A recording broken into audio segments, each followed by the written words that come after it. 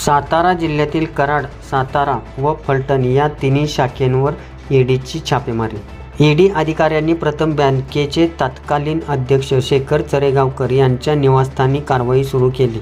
या प्रकरणी पुण्याचे शासकीय सदनी लेखापाल मंदार देशपांडे यांनी कराड शहर पोलीस ठाण्यात फिर्याद दिली आहे. फिर्यादीनुसार 9 ऑगस्ट 2014 ते 31 मार्च 2025 या कालावधीत बँकेचे अध्यक्ष, संचालक व कर्मचाऱ्यांनी परस्पर संगनमताने स्वतःच्या आर्थिक फायद्यासाठी बँकेचे मोठे प्रमाणात आर्थिक नुकसान केले. 112,10,57,481 रुपयांचा कथित अपहार केल्याचा गंभीर आरोप आहे.